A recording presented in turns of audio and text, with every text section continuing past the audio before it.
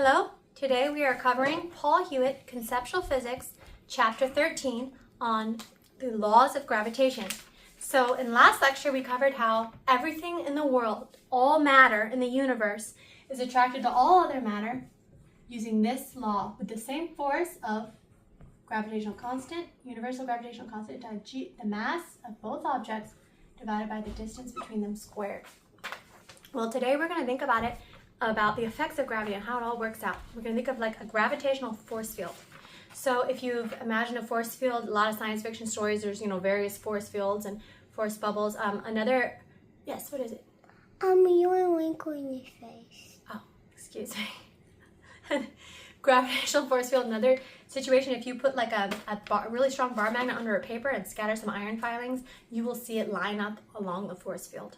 So there's different parts of the force field that are stronger than others. We talked a bit about how around the Earth, the gravity, if we drew gravity force field by little arrows, you'll see how, and the closer the arrows are, the stronger it is. We'll see the farther away you get from the Earth, the less the force field is weaker. The strongest force field of gravity around the Earth is right at the surface of the planet.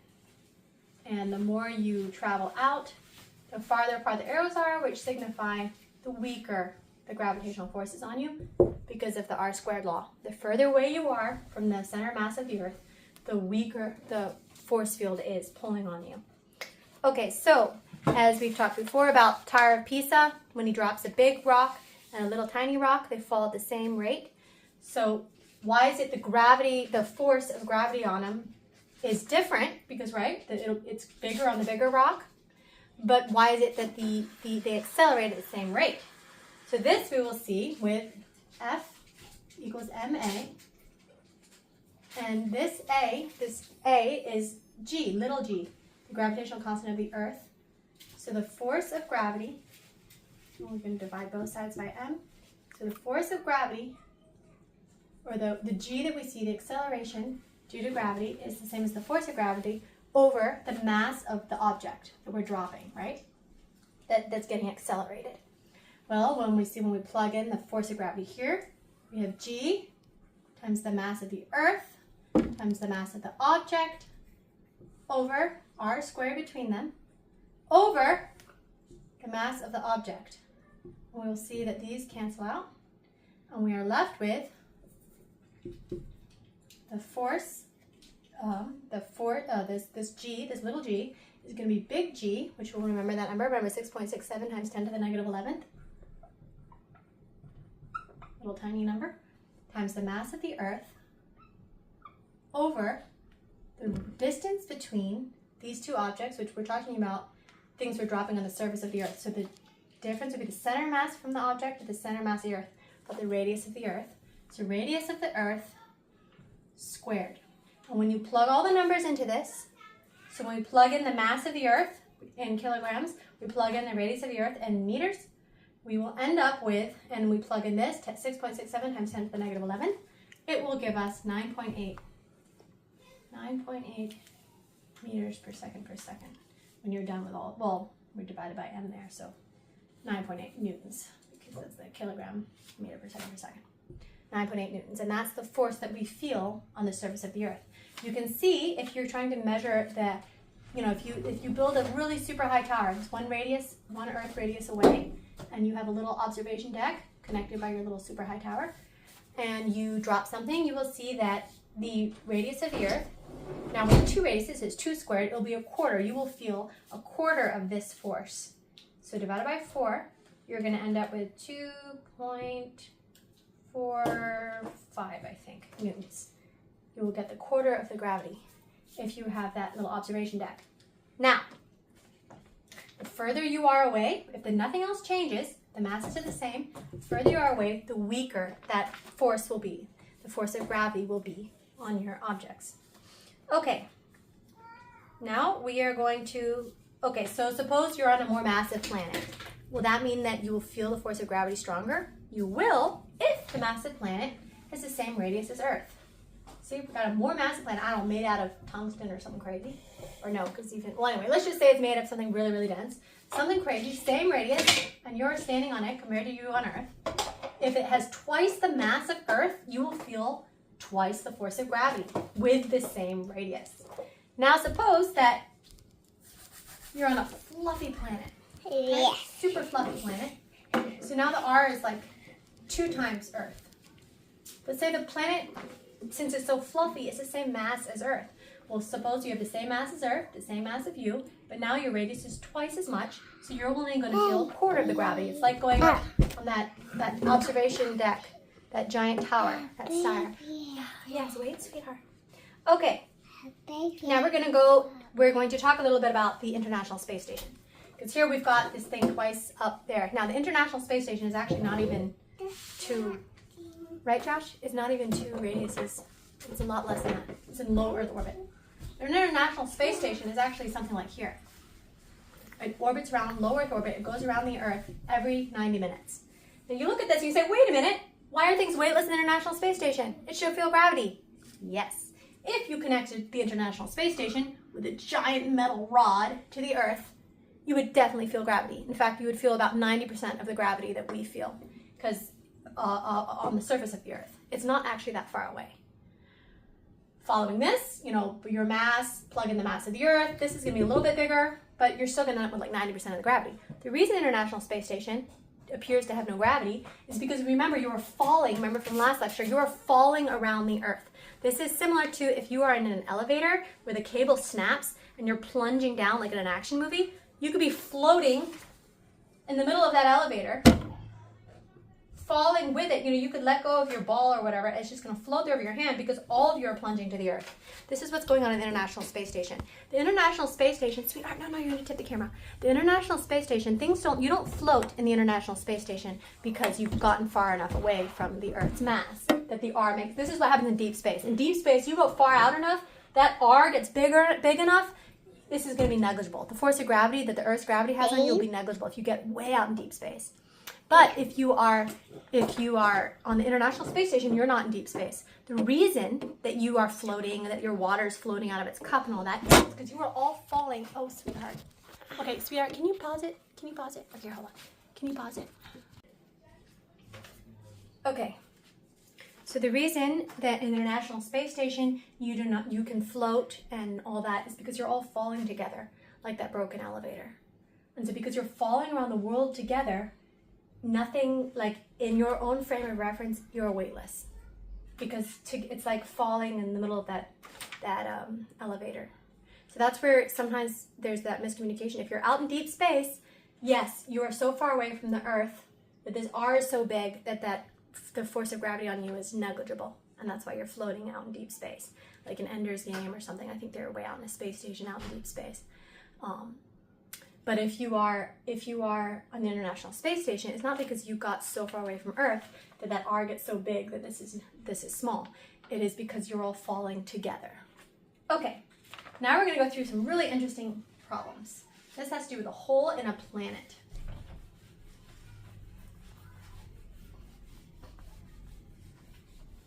Okay, so what happens if you drill a massive hole through the planet?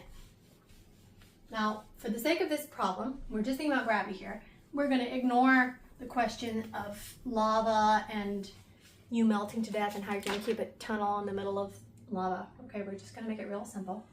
We're going to say we drill a hole through it. We're just pretend that the planet is solid rock and pretend you can drill a hole through it. So what will happen? So here, you've got gravity on you, same as you do now. You step into this hole and what happens? You fall faster and faster and faster and faster till you come to the very center of the Earth, and there's no gravity acting you on the center of the Earth. But you're going very fast because you went brrr, and so you keep moving until you slow down as the gravity is pulling you back to the center of the Earth. So here gravity is making you faster. Here you're slowing down until you come to a little standstill right here. You're going faster, faster, faster, faster, slow. So you're accelerating. Your acceleration decreases to here. There's no force on you. Your acceleration is 0, but you're still going at fixed speed. You keep going at the fixed speed, and now that the gravity is going this direction because it's pulling you to the center mass of the Earth, and you're slowing down, and then you stop. And then you fall faster and faster and faster towards the center of the earth. Slow down and stop. That's what happens. And you might say, why as you fall into the earth does your acceleration decrease? And that's because here, all the mass of the earth is pulling you in. But as you fall in, this mass, this part of the earth, this mass is actually pulling you this way, right? Because all matter is pulling on. So this part is pulling you this way. It's simpler to visualize if you imagine you, and there's a hole, a chamber in the center of the planet. This is you in the center of the planet.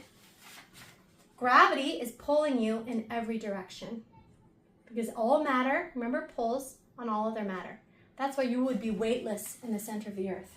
Because all matter is pulling on you in different directions, all surrounding directions. So it's like they all cancel each other out and you're just floating in the center of the earth. Okay, so we're going to think more about that elevator example. So if you are in an elevator and you're standing on a spring scale, like a typical bathroom spring scale, okay? And suppose you are on this elevator weighing yourself, and the elevator is moving at a steady speed. If the elevator is moving at a steady speed, you will weigh exactly the same as what you weigh standing here in the kitchen with your scale out. Why? Well, after all, in this frame of reference, the scale is moving the same as you. And so in this frame of reference, there is no motion. It's steady speed. You will just weigh it normal same. Now, what happens if it starts to accelerate? If this starts to accelerate upwards, so the acceleration is changing, now you're getting pushed to the bottom. You're getting pushed. You look at that scale, it's like you're getting heavier. Because as it's accelerating upwards, that force, remember, force equals mass times acceleration. The force, the extra force, it'll make your scale read heavier and heavier. Now what happens if it's suddenly accelerating downward? The elevator's accelerating downward. Now you're kind of like floating, it's kind of accelerating away from you. You'll weigh less and less on that scale as it accelerates downward. Now what happens when the rope breaks? You will weigh nothing because you and the scale are floating because you're all falling together. This is what's going on in the International Space Station, okay? You are falling together. So we'll think about weight. Weight is not actually like the absence of gravity. They say weight, the feeling of weight is you being pressed against something else, the normal force pushing back up. As you are standing on that scale, that the normal force of the scale pushing up as you're pushing down on the scale, the feeling of weight is actually us getting pressed against something. That's why you feel weightless in the International Space Station. Because since you're all falling together like this elevator, you're not going to feel weight. Okay. All right, so we already covered that. All right, ocean tides. Oh, so back to the International Space Station example. You experience weightlessness either by falling with your surroundings, like the International Space Station that's orbiting, or you experience weightlessness by getting far away enough from the Earth's gravity well that the R is far enough away that this is negligible, you don't feel it, so it's going out to deep space, or theoretically by going to the very center of the Earth where all the stuff is pulling on you evenly from all directions, with like the hollow planet example. Okay, ocean tides. This gets very interesting. And why do we have them? So tides are very interesting things. So why do we have a tide? Well, we've got the sun here that's pulling on us. Here we've got the Earth. And we've got water around the Earth, right? Okay. See, I've got a blue marker I specifically brought out for this. So we've got the Earth. And an entire wall to put on the toilet where it was dry. Sure. Okay, I'll come and clean it. Okay, so we've got water around the Earth, right? So now the sun is pulling on the Earth, right? Because all the gravity. And so what we're gonna, if the Earth, so we say, oh look, the water kind of bulges because it's being pulled toward, the rest of the Earth isn't really moving, but this can. And as we spin through that bulge, we feel a tide. It's because it kind of gets slurped in that direction by the sun. By the moon. Sun comes into play in a different way. So let's redraw this by the moon. The sun does get involved with spring tides and whatnot, but we will talk about that later. Okay, so we've got the moon. Okay, excuse me. Now, yes, if the moon had water, we would totally make tides on the moon, but it doesn't. At least there's some frozen water. But we say, wait, but there's two bulges. Why is there two bulges? why do we actually have 2 tides every 24 hours? And the answer is that if the Earth was bolted down and so all the water just sloshed to one side, then yeah, we'd only have 1 tide. But because the Earth is not bolted down, the Earth is sort of pulled as well. So the water's pulled, the Earth is sort of pulled away from that bulge. You can kind of think of it as if you took a ball, if you made a ball of Play-Doh, put it on the end of a string and swung it around your head. Okay? So you got your ball, a perfectly spherical ball of Play-Doh that you somehow anchor to your string, and you swing it around your head. After you're done swinging it and you look at that ball of Play-Doh, it's going to look more like this. Similar idea of what's going on here. Okay? Like it will get that oblong shape. It kind of does this. And this is why we have 2 tides. Now, really cool thing. Okay, so when the sun lines up with the moon and the Earth, so the sun lines up in line, when the sun lines up with the moon, which it doesn't always, because remember the moon is going around, this is when we get spring tides and bigger tides, and it's because when everything is lined up with how it pulls. Something cool with all this tide stuff is that water's not the only thing that has tides. The magma, if you remember the Earth, we think of it as a solid ball of rock, but it's not. It's a molten ball of rock with a crust layer. And so the Earth itself actually experiences tides, and they've measured it with special scientific instruments that the Earth itself, like the crust part, will bulge because of the lava, I think by 2.5 meters at certain points, depending on the tide, the pull, which is really, really cool if you think about it. Now, why do we not notice it? Well, it's so gradual. It's like when you're in a boat, 2.5 meters in the big scale of things. It's not a whole lot. I think it was 2.5 meters. Wait, no, it wasn't 2.5 meters. It may have only been 1/4 meter. May have just been 1/4 meter. I think I got it off by order of magnitude. But still, it's kind of cool, the bulge. The other cool thing is that volcanic eruptions, there's slightly more volcanic eruptions at tides. Because if you think about like the magma sort of being pulled, so that's kind of cool. Another thing that's cool that experiences tides is our atmosphere experiences tides. So the ionosphere, how our atmosphere and all that gets stretched a little with the tides, which changes like where the cosmic bombardment, the cosmic particle bombardment with the magnetosphere protecting us from it, that kind of gets distorted a little too, which is kind of cool with the tides. Okay, now, next we've talked about tides. Next we are going to talk about,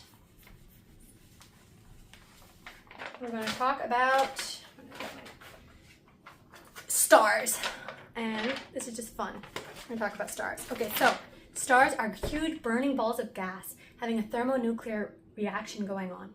And if you think about this giant burning ball of gas that is a star, gravity is trying to crush everything inward, right? The attraction of all matter to other matter. So gravity is trying to crush it inward.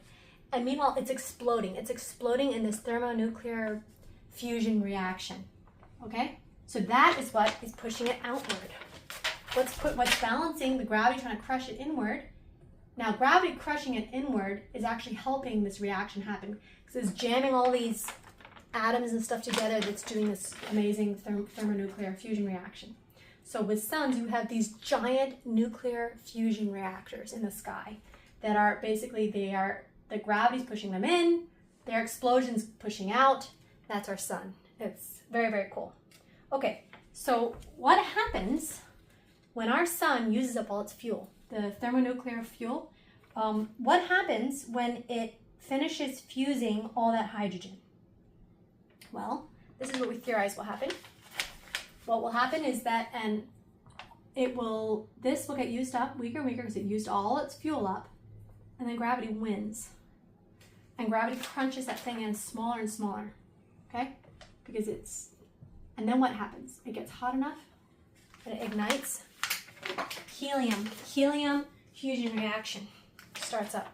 And now that you've got the helium fusion reaction, which blows the thing even bigger, and now you've got a red giant. Okay? So, sorry, that should be in the center. So now gravity briefly won, and then it loses, and it's trying, but now you've got this massive red star that actually is so big that it kind of eats the Earth. For those of you who enjoyed reading Chronicles of Narnia, C.S. Lewis tried to include this in when they go to Charn, that creepy ancient world, and they say they have an old sun, and it's big and fills up the sky, and it's red. That's a red giant. So I think his idea is that it's such an old world that its star turned into a big red ball. And when they tell the witch, oh, in our world, the sun is much smaller and yellower, and then she gets all excited and says, oh, your world is much younger than ours. But that's what he was trying to do. It was kind of fun. Okay, so this is what will happen to our sun if Jesus doesn't come back before 5 billion years or however long it takes to use up all the hydrogen we've got in the sun, because it's fusing hydrogen into helium. So now you've got helium, and what happens when all the helium is used up? Then the whole thing, then remember the gravity's still trying to pull it in, and when this reaction gets used up, then it goes kablam, supernovas, and the remnants that are left, gravity crushes them into a small, dense, dark little cinder called a black dwarf. So that is the life cycle of a star. Well, what happens when the star had a lot more mass than our star? Well, the more mass it has, the more matter crushing in, you can see the greater the force. So much more massive stars will crush down smaller and smaller, and that's where people came up with the idea of black holes.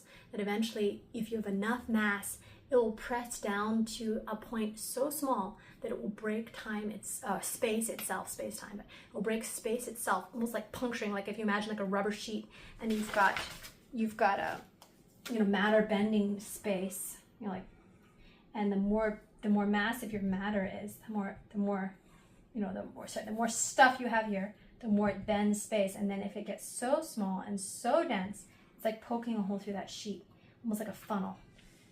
And that's where people got the idea of black holes, that it can somehow, the whole idea in science fiction that you've got black holes that somehow warp you into another reality and all that.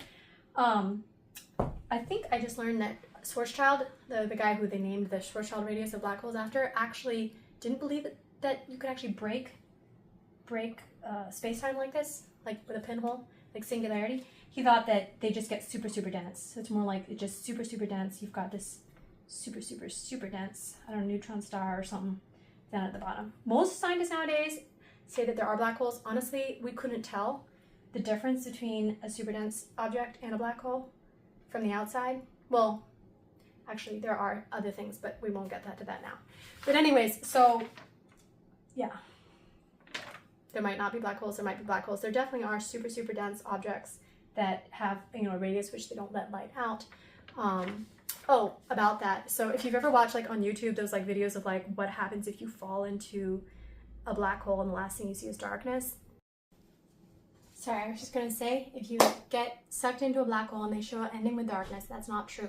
You are being sucked in, ending in a blaze of light. Because the reason we call it black holes, from observed from the outside, the light's not coming back, so it looks black. But from the person on the inside, you are trapped in there with all the light that was sucked into that black hole that cannot get out. It will be swirling with photons and photons. It will end with a blaze of light and not in darkness. So that's why those cinematics that you watch on YouTube are actually incorrect. That's all I had to say.